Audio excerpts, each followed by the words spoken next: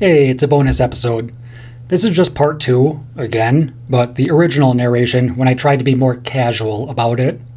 I'm sure you noticed that part 1 was live narration while 2 was voiceover. You're about to see why. Part 2 was an absolute mess to edit into something coherent. I didn't realize just how amateur hour it sounded until after the fact, and the actual work was done in a completely random order that made no sense. Like, what you're gonna see here is the actual order that I did it in. There's really nothing new here besides some failed attempts at jokes that I decided to cut out. So let's see what it looks like when I try to be casual.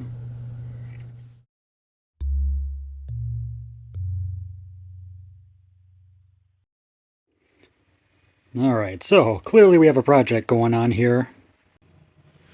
I kinda broke this pretty good. So I've got one from the other side from an MKS, and I 3D printed TPU bit to kind of replicate that, hopefully, to do whatever it needs to do so that matches. So I actually didn't have a matching set. Down here, this one's from a Lincoln MKS, that one's from a Ford Explorer, and one thing I didn't consider is that, this is the cooled and heated seat module, and this is the massaging module, and it attaches to the insulation there. I noticed that the Explorer one pushed against the lumbar better, so I put it in the driver's side. And the problem with that is that once it's fully inflated, you can see there's a nice big old gap, and it actually pulled this loop right out of the foam because, you got this gap. So that would explain why on the Explorer version it does not have this, because this is actually identical to the one out of an MKS. So it works fine on the MKS massager, but with the Explorer, they don't have this snorkel. Instead, the fan assembly is mounted right to here, and then there's a little snorkel that goes down to the cushion so that it can move forward and back. So, crap. So, I've got this JB welded back in place best I can. What I think I'll do is just take the outlet snorkel off because the newer ones don't use it. Get that all attached in. I'll Dremel this out so that the air can blow out this way instead of right at the massaging module. But that hopefully should work because none of the newer designs use a snorkel all the way down here.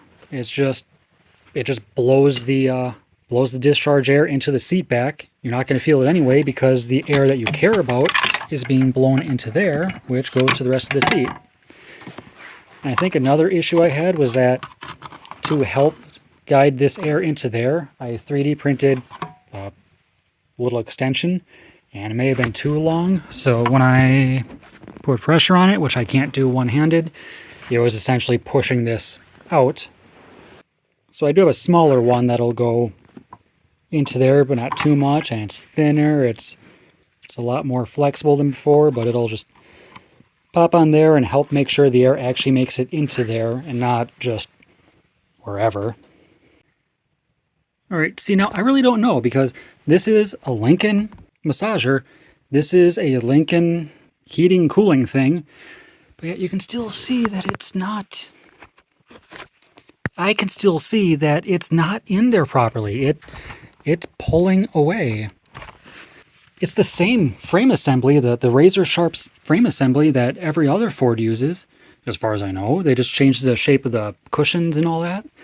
So why doesn't this fit properly? I'm just going to do the same thing with this one. Take the nozzle out and call her good. All right, so kind of comparing the two. Okay, hopefully you can see how the Lincoln version attaches. We got this rod that comes up and wraps around inside the seat frame, whereas the Explorer version goes up and into a hole in the frame that I can't get in focus. I mean, it's back there. It's back there. You see what I mean. So the Explorer one certainly seems to push out a lot further. Yeah, I'm just going to take the snorkel off both of these and attach it straight because yeah, you can see it's this isn't in here perfect. I may swap these two just because You know, my wife never uses the massage on her side, and I'd rather have it just work. All right, so I guess what I'm thinking of doing this time is take the thing,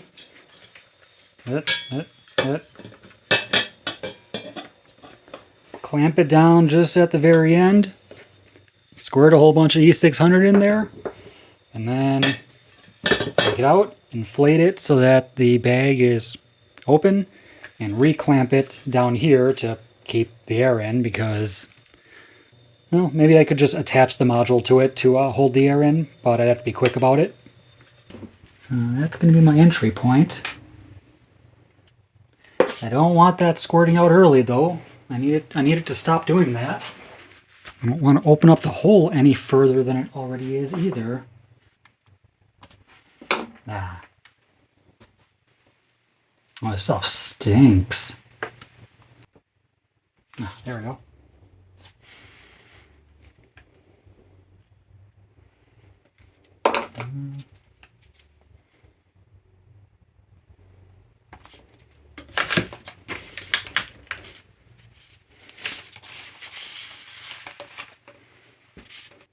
All right, now maybe a binder clip at that very end. A binder clip that I didn't think to have ready. I think it's all just leaking right back out. Like, you know, I've got a billion binder clips. I can never find them when I need them. Yeah, I don't know. Maybe that'll work. Maybe it won't.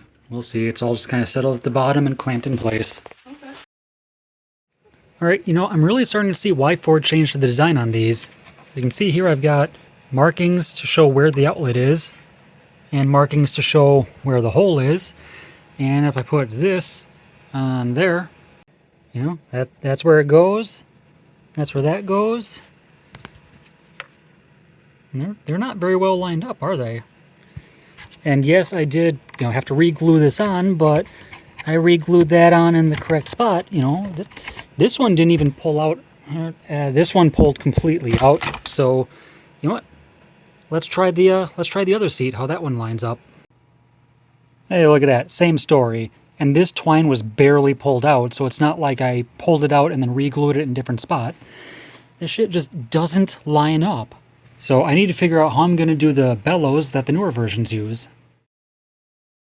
Alright, maybe that's good enough. Got a quick disconnect here, and I extended this out, so they're both on this side. That one cut down a little bit. But I still need to figure out, you know, it's holding air, but, you know, once you get someone sitting on it, probably not. So I need a way to kind of crimp this, hold it shut. Especially this one, since this is the one that was sliced all the way down to the bottom, all the way across the bottom. Like it holds air-ish. Oh, there's a plug on the end.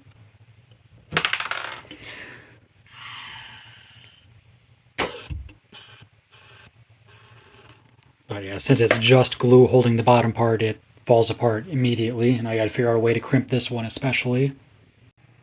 Alright, yeah, I think that should work. But what still remains to be seen is how am I going to get this one looking more like this one? That's a pretty significant difference. Alright, so what I've got is this piece made up that should hopefully alright, so here's what I'm kind of thinking for a design. See, it slides into the hole. It has a spot to zip tie to this twine, and it mates to the outlet, and that should, I mean, hopefully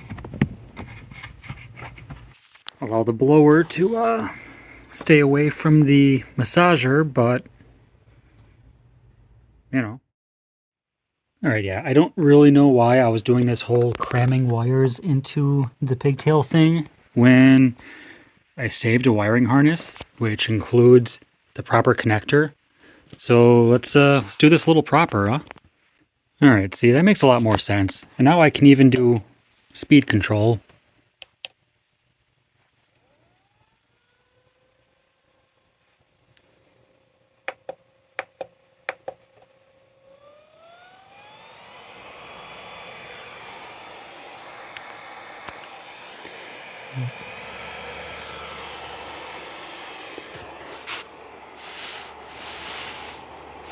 And I can kind of feel it.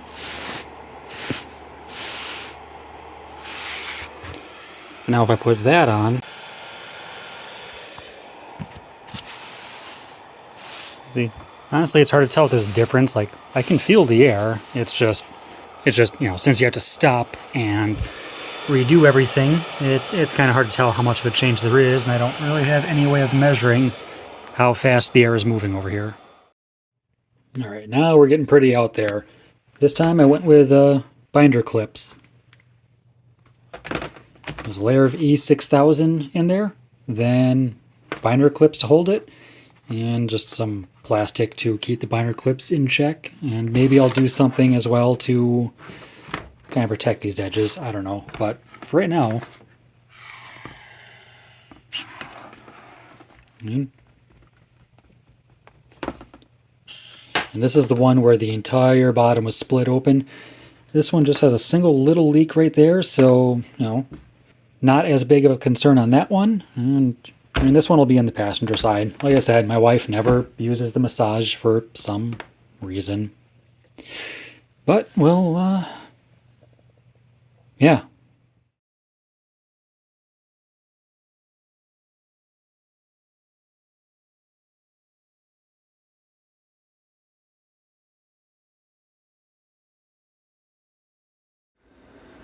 Alright, so now I get to move this feller over to this feller and not screw it up. And it seems like it wouldn't be that bad. It's just unbending all these little guys. And alright, well, you know, it put up one hell of a fight, especially these little guys. But I did add the this piece of tubing here so that these edges, you know, these edges that I couldn't quite bend back all the way wouldn't puncture these tubes, you know, just to be safe. But anyway, let's see how this one fits in the driver's seat. All right, well, Dexter came to look to see how it went, and I mean, it seems pretty okay. I mean, it's in there. It's somewhat lined up. This was an absolute pain. That can move forward and back without any conflict. I think we should be going pretty good on this. Alright, so this time I kind of went through and tried to do a better job with the electrical. Like the first time I didn't have any crimping kits, so I just kind of half-assed it. And then the second time, the time that I filmed before, I got tired of working on this and half-assed it and just used, you know, the Wagos that you saw before. So this time I actually brought the kit outside, and I did, you know, here's coming from the car, the battery saver and the fuse 19, which goes to the relay, and the relay then splits off and goes to the two separate seats, one of which here, and I found out there's the controller for the DVD headrests, and I think I'm going to leave that in place because it is glued down there pretty damn good. So before, when I said that fuse 19 was unused, that was a lie. It turns out fuse 19 is actually the horn. And I found this out when I was doing part 3, and I needed to film a quick scene of, you know, the horn chirping for that one scene of the horn doing the double honk. And it didn't honk. And, you know, I'm glad I found out, because the next day I took this thing down to Georgia, and I certainly needed that horn for the 26-hour round trip. So the next problem, which remains to be seen, is that these connectors aren't rated for 15 amps, and it's a 15 amp fuse according to the MKS wiring diagram. But, you know, do these things really draw 15 amps? You know, I doubt it, because from the factory they only used 20 gauge wire, or maybe it was 22.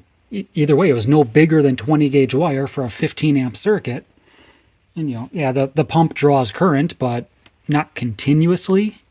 Often enough, but not continuously. So once this is all, I can't test this outside the car, so once this is all put together, I'll at least get an amp meter going and make sure I'm not drawing, you know.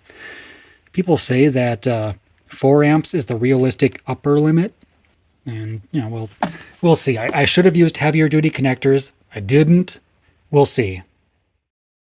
Well, maybe it'll be a little bit easier if I put the blower in before I put the massager in. And kind of start with the zip ties in place, push her down good, and then cinch them. Because over on this one, that was a real pain to do with everything in place. Yeah, see, that's what I was going for. That's nice and cinched down tight so it's not going to pull out. And yeah. Alright, well, it's not perfect, but you can see I did actually a TPU cover on both sides just so I could, I wouldn't feel it on just the one side. But this side doesn't come out quite as even. But passenger side, she won't notice. Alright, decided to stretch out these tubes a little bit because I didn't like how short theirs were. They were, like, the coupling was like right there. I hated it. I mean, I probably could have gone a little bit longer because they're going to end up here-ish. Either way, I'm not sure how you're supposed to route these anyway. It's like all the shop manual says it has to go through that hole. Nothing about the cushions or if it goes... Does it go over this sharp edge, or does it go under in there where it's really tight? I've got some edge protector from working on solar fields. I think I'm going to put that in there. Alright, and with that, I think these are ready to put back together. They're all... Trash can there. They're all together. They shouldn't interfere with one another anymore. This one's got a little extra. This one, I mean, I kept having to mess with it to kind of make it look nice and not catch too much. Because I kind of forgot that the toe flap needs to attach as well. But I'll workshop that. It's not important. I don't have a hog ring plier, so I'm just going to do what the internet says and use some high quality zip ties with the metal tang. Not cheap plastic Harbor Freight ones, but good quality ones that you steal from work. And that should be strong enough. I mean, it's not as bad as cars used to be, I guess. I don't know. I've never worked on a seat besides this one. Well, that one, but you get what I mean. I was doing such a good job of not cutting myself, but here on the reassembly, finally got myself trying to get that connector up and around this piece of razor wire to clip onto that. And unfortunately, this is what we got to deal with, and just pushing my finger against that. My hand didn't slip or anything, just the pressure is all it takes. These things are so sharp on the inside. Yeah, that's how it should look with the portion that sticks out. That connector coming from the inside. Sorry. This one I never disconnected, so it's... that's how it should look. Alright, well, that's one down. Now time for the other one, but unfortunately... I don't think I'm going to be pulling the car out tonight to work on this. Okay, and they are all back together with 0 missing parts. As long as you ignore all of those parts. And a Christmas tree clip that I lost. 0 parts! Okay, I got all the seats up from the basement. I did the heavy lifting. Now how about you go ahead and do your part and get them into the car. And as long as you're at it, how about you go ahead and fix that light that stopped working, because I keep forgetting to. Yep, just right back there. Right back there. You got it. Yeah, there. Oh shoot. I didn't know I had a roll of plastic back there. Oh, of course, these are the cheap ones that don't have the spot for the other one, and, they refuse to be in focus. You see? That's why you never throw anything out. You never know when you're going to need it. Ah, yeah, that's better. Oh man, does anyone else ever get those dreams where it feels like you're kind of sitting in the back seat like this and you're trying to hit the brakes and you can't quite reach it and it's not having any effect, and yeah, those are weird. Well, I mean, the seat is in, and when I first connected it, I had the amp meter leads backwards, so it did pump up the backrest. I just didn't see how much current it's drawing, so let's see what happens if I hit massage. I mean, it's not drawing a whole lot of current, is it? So I think those connectors will be fine. Otherwise, which really just brings the question of, why does this have a 15 amp fuse for the two of them if when they're running it's only drawing less than an amp? It's separate from the heating and cooling one. Okay, I really need to start labeling these end rail covers because I can never remember which one goes where. Like, I'm pretty sure those go on the passenger side, but I could be wrong. Alright, not only are the seats back in, but I found a little gift from the previous owner. A metric quarter, which is neat. So I'm going to take this for a little test drive, do some errands, and see if the heat works, and the massage works, and, you know, if this was all a waste of time or not. Alright, made it to the Menards, and you know what? It is working. I can feel heat both sides. The massaging bag hasn't blown yet. So, there's really not much more to say on this. Would I recommend anyone else do this? Probably not. It's not really worth the effort. I mean, all it does is just kind of push a little bit on your thighs and your back. But, I mean, I would do it again, but that's just me. And that's kind of all there is to say. Oh hey, good news though. I found the missing clip. Apparently the Roomba got it. So what do you think? Was doing a voiceover the correct choice? Or should I have started more clips with, alright?